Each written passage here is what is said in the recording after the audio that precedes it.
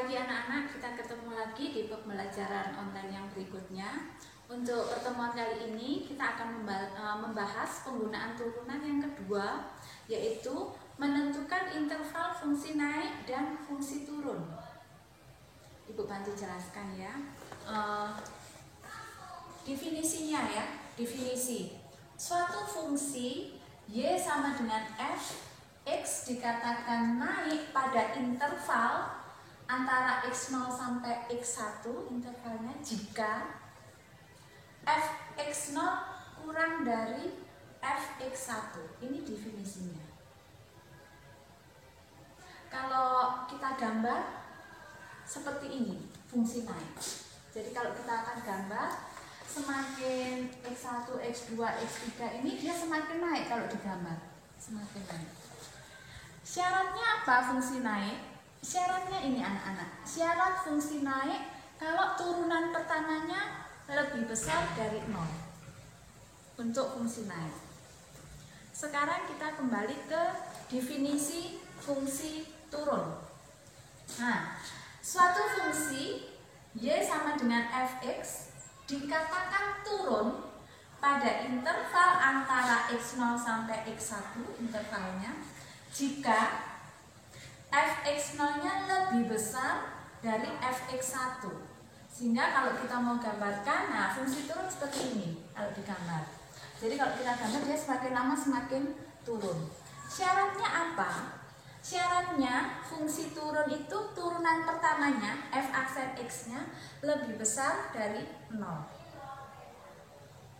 Nah, sekarang kita sudah tahu syarat fungsi naik dan fungsi turun syaratnya ya. Kita coba kerjakan soal. Ibu ambil contoh 7 nomor 1. Mari kita bahas sama-sama. Tapi sebelumnya ada ralat sedikit. Kalau di modul yang kamu fotokopi itu angkanya ini ya. Yang ini 5. Jadi ibu ralat jadi 6 supaya nanti proses penghitungannya tidak rumit. Ya, jadi ini diganti 6. Sudah, sekarang kita jawab dulu. Soalnya pertanyaannya begini, tentukan interval di mana fungsi naik dan fungsi turun dari Y sama dengan sepertiga X pangkat 3 dikurang 6/2 X kuadrat ditambah 5X kurang 1. Maka langkah pertamanya kita tentukan dulu ya aksennya. Ya aksen ya. Ini turunannya ini itu sama dengan X kuadrat, betul. Berikutnya turunannya ini dikurang 6X. Kemudian turunannya ini ditambah 5. Ya, kita lanjut. Sesudah ditentukan turunan pertama, langkahnya apa? Kita cari dulu pembuat nolnya anak-anak ya. Kita cari pembuat nol. Nah, pembuat nolnya berarti Y aksennya sama dengan 0. Kita cari dulu pembuat nolnya, berarti X kuadrat kurang 6X ditambah 5 sama dengan 0. Jadi kita dapatkan persamaan kuadrat ya. Penyelesaiannya boleh difaktorkan. Kalau bisa difaktorkan. Kita coba faktorkan. X dikurang 5 dikali X kurang 1. Betul ya, faktorannya, sehingga kita dapat pembuat nolnya. Yang pertama itu X sama dengan 5 dan yang kedua itu X sama dengan 1. Langkah berikutnya kita tentukan ini daerah positif dan daerah negatifnya. Kita buat garis bilangan. Nah, kita buat garis bilangan. Pembuat nolnya adalah 1 dan 5. Kemudian kita tentukan, ini kan kita punya 3 daerah. Daerah kiri, daerah yang tengah, dan daerah yang kanan. Kita tentukan yang mana yang positif dan mana yang negatif.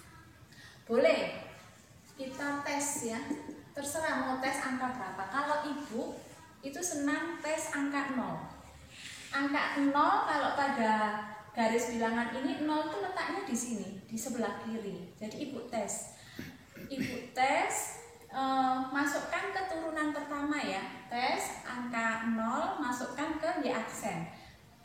biar nilainya positif atau nilainya negatif. Jadi tes angka 0. Substitusi ke Y aksen, ya, substitusi ke Y aksen sehingga kita peroleh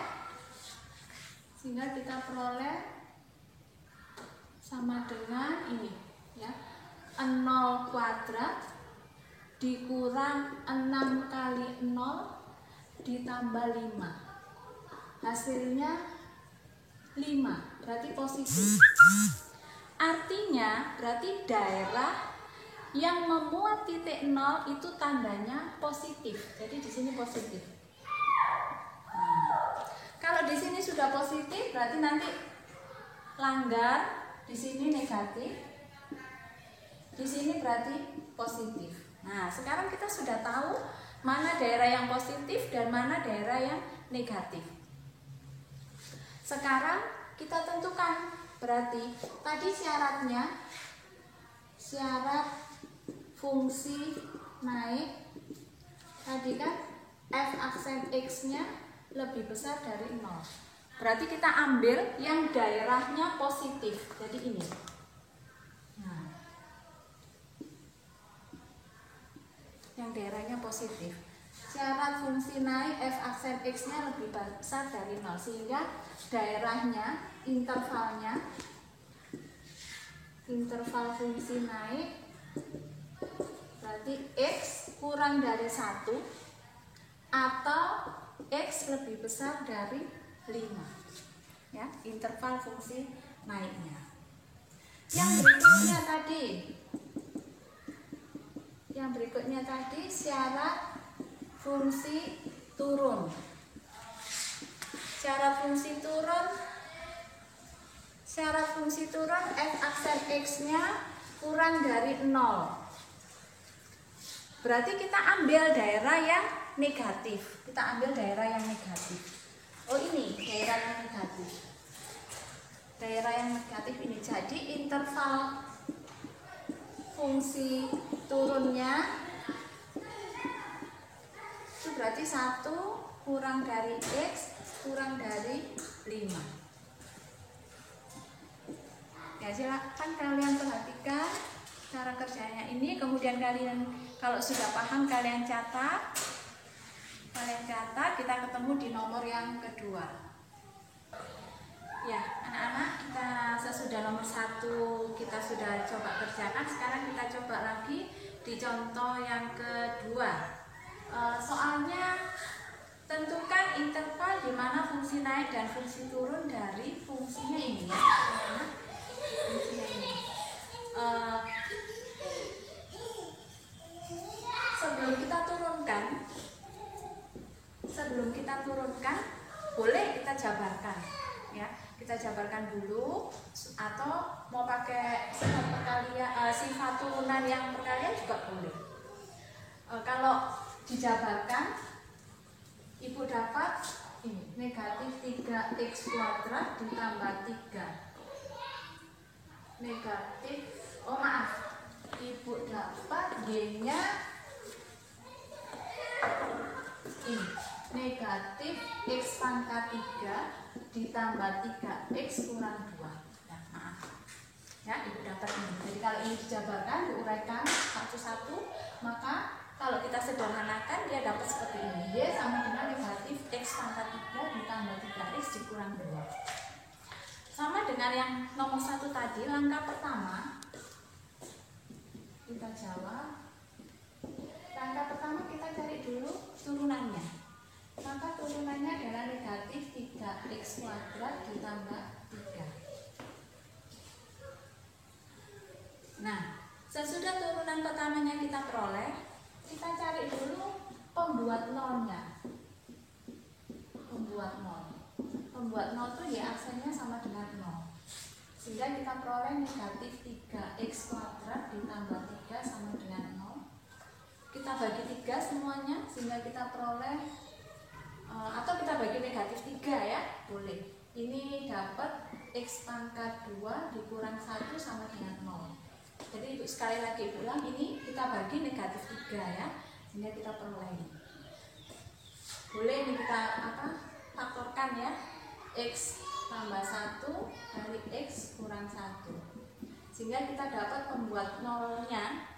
Yang pertama adalah X sama dengan negatif 1, atau yang ini pembuat nolnya itu berarti X sama dengan 1.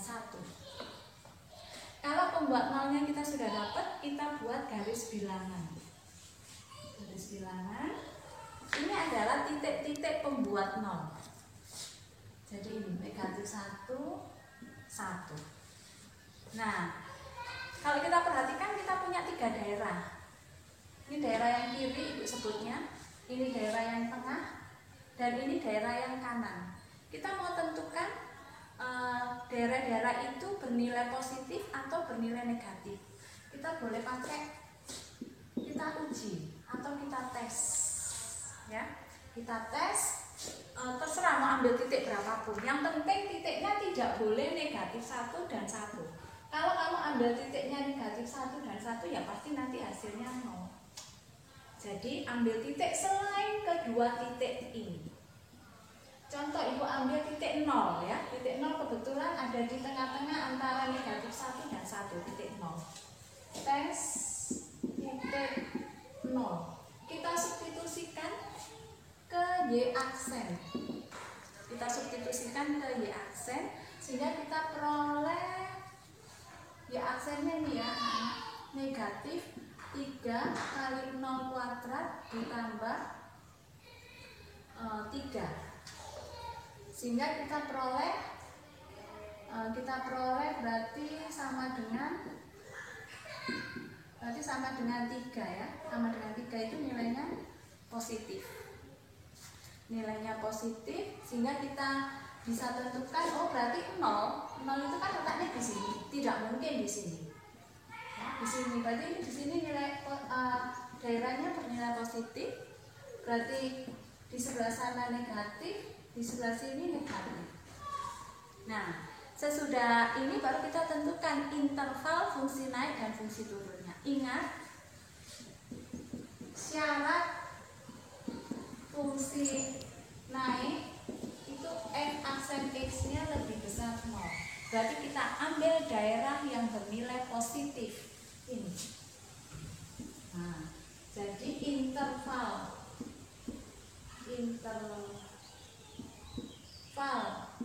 fungsi naiknya ini ya anak-anak ya. Jadi negatif 1 kurang dari x kurang dari 1. Boleh kalau kita mau tambahkan X-nya elemen bilangan real. Boleh. Nah, berikutnya, karena dia selain tanya interval fungsi naik, dia juga tanya interval fungsi turun.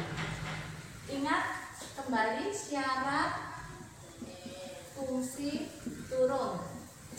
Syaratnya f aksen X-nya kurang dari 0. Sehingga interval fungsi turun, nah, kita ambil yang tandanya negatif ke sana. Nah, jadi intervalnya X kurang dari negatif 1 atau X-nya lebih besar dari 1. X-nya elemen bilangan real. Ya, kalian boleh perhatikan dulu, kalian amati. Kalau sudah kalian catat ya. Kalian catat, nanti kita lanjut ke penggunaan yang ketiga, yaitu menentukan titik stasioner atau titik ekstrim. Kalian catat dulu.